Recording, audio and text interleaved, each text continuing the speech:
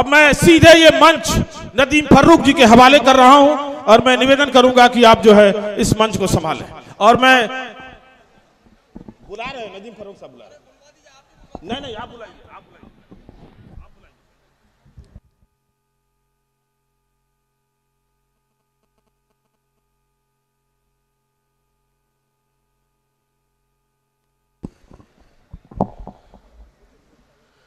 बुजुर्गों और साथियों,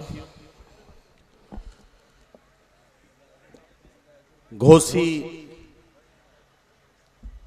उत्तर प्रदेश का वो शहर, वो इलाका जो पूरी दुनिया में अपनी जिंदादिली के लिए मशहूर है। मेरे सामने एक सच्चा हिंदुस्तान बैठा है। मैं सबसे पहले आप सबकी खिदमत में इंतहाई अदब व एहतराम के साथ सलाम व आदाब अर्ज करता हूं और थोड़ी सी बातचीत का मौका चाहता हूं, इजाजत चाहता हूं कि 2-3 मिनट मुझे अपनी बात कहने का मौका मिलना चाहिए। मुझे यह हुक्म दिया गया है कि मैं आज के मुशायरे की निजामत के फराइज अंजाम दूं, तो मेरी अपनी आदत है कि मैं चंद मिसरों के साथ हमेशा मुशायरे का आगाज करता हूं कि खुदा बंदा मैं तेरे नाम से आगाज करता हूं, तेरा बंदा हूं, तेरी रहमतों पर नाज करता हूं। खुदा बंदा मैं तेरे नाम से आगाज करता हूं, तेरा बंदा हूं, तेरी रहमतों पर नाज करता हूं। फकत तेरी मदद और इस्तानत के भरोसे पर मुझे उड़ना नहीं आता मगर परवाज करता हूं। हजरात गिरामी, ये मुशायरा है, ये एक ऐसी तहजीबी विरासत का अमीन, एक ऐसी खूबसूरत महफिल है जिसमें आज की रात सिर्फ और सिर्फ मोहब्बतों की बात की जाएगी।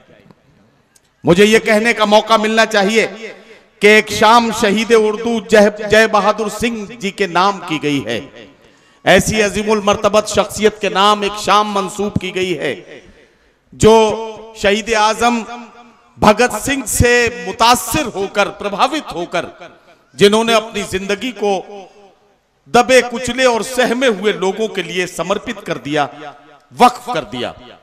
ऐसी अजीमुल मर्तबत शख्सियत जिसने हिंदुस्तान की मिट्टी से पैदा होने वाली जबान उर्दू के लिए अपनी जान की बाजी लगा दी।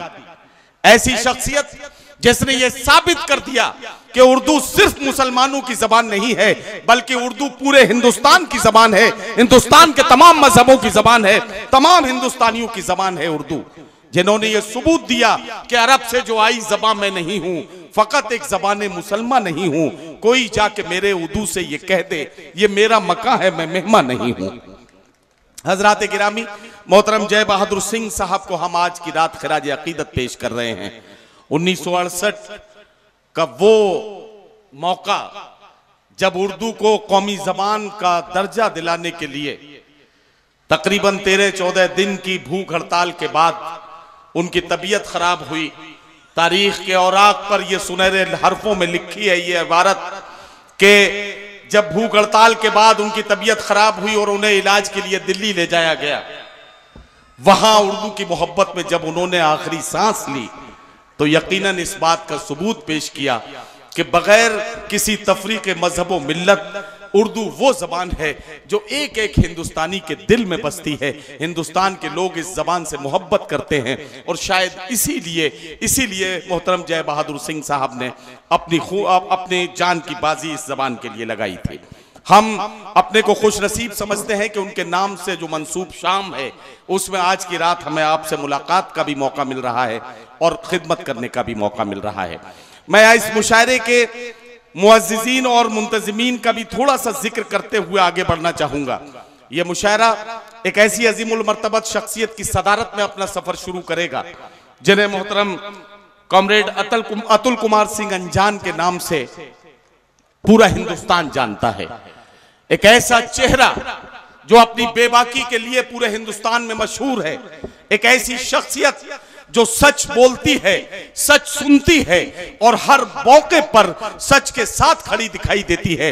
ऐसी शख्सियत जो पूरी बेबाकी के साथ हिंदुस्तान के उन तमाम टीवी के जो न्यूज एंकर्स हैं उनके टेढ़े मेढ़े सवालों का सीधा सीधा जवाब देकर इस मुल्क की कौमी यकजहती की हिफाजत के लिए जो शख्स सीना सिपर होकर खड़ा होता है, उस शख्सियत का नाम मोहतरम अतुल कुमार सिंह अंजान है।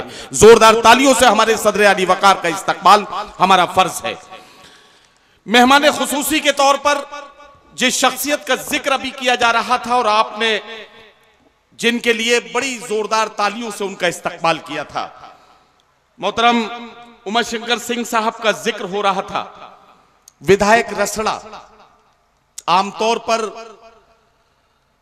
किसी विधानसभा क्षेत्र से प्रतिनिधि चुने गए एक विधायक के बारे में राय यह कायम की जाती है कि 5 साल के लिए एक ऐसा लाइसेंस होल्डर जो विधायक निधि से अपनी 7 पीढ़ियों का इंतजाम कर दे, उसे विधायक कहा जाता है।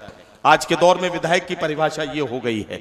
लेकिन मुबारकबाद के मुस्तहिक है पूर्वांचल के आप सब लोग, जो आपको ऐसे नौजवान रहबर भी मिले हैं कि आपके बुजुर्गों ने जो विरासत छोड़ी थी, उस विरासत को मोहतरम उमाशंकर सिंह साहब ने जिस जिम्मेदारी के साथ अपने हाथों में उठाया है और इस बात का सबूत पेश किया है कि हम अपनी उस विरासत को एक एक कदम आगे बढ़ते हुए, एक एक कदम आगे साथ लेते हुए आगे बढ़ेंगे। हम मोहब्बतों के साथ इस सफर में आगे निकलेंगे। जहां तक मुझे बताया गया कि चाहे वो अजमेर शरीफ की जियारत का मामला हो, पूरी ट्रेन को बुक करा देना कोई छोटा मोटा मामला नहीं है। ट्रेन से पहले खुद अजमेर शरीफ पहुंच जाना ये मोहब्बतों की निशानी है। 551 या 1100 बच्चियों की शादियों का इंतजाम, जिसमें एक तरफ वेद मंत्रों के साथ फेरे लिए जा रहे हों, एक तरफ निकाह की रस्में अदा की जा रही हों, मुस्लिम हिंदू बगैर किसी तफरीक मजहब व मिल्लत निकाह और वेद मंत्रों से शादियों की जो रस्में हैं, ये रस्में अदा करते हुए उमाशंकर सिंह साहब ने हिंदुस्तान के सच्चे सिपाही का जो रोल अदा किया है, आपकी तालियां कमजोर हैं, जोरदार तालियों में इनका इस्तकबाल होना चाहिए। अब मुझे थोड़ी सी बातचीत आपसे और करनी है। अभी तो मैंने मुअज्जिजीन का जिक्र किया है।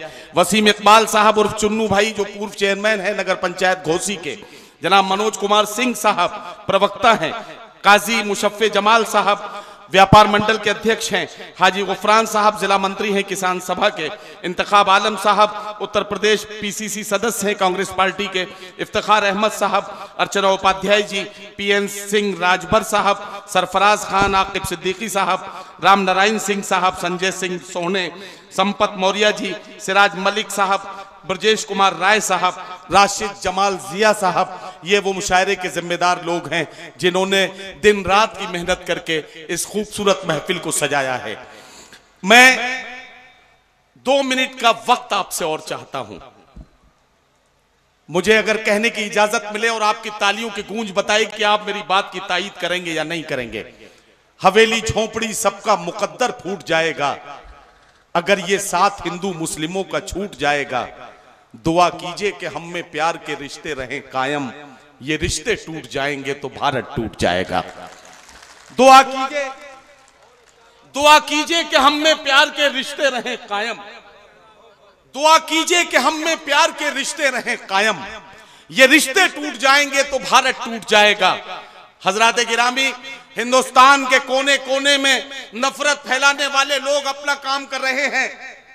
एक तरफ उमाशंकर सिंह साहब जैसे लोग दूसरे की बेटियों को अपनी बेटी मानकर रुखसत कर रहे हैं, वहीं दूसरी तरफ कुछ लोगों ने बेटी बचाओ अभियान को बदलकर बेटी बचा के दिखाओ ये अभियान बना दिया है।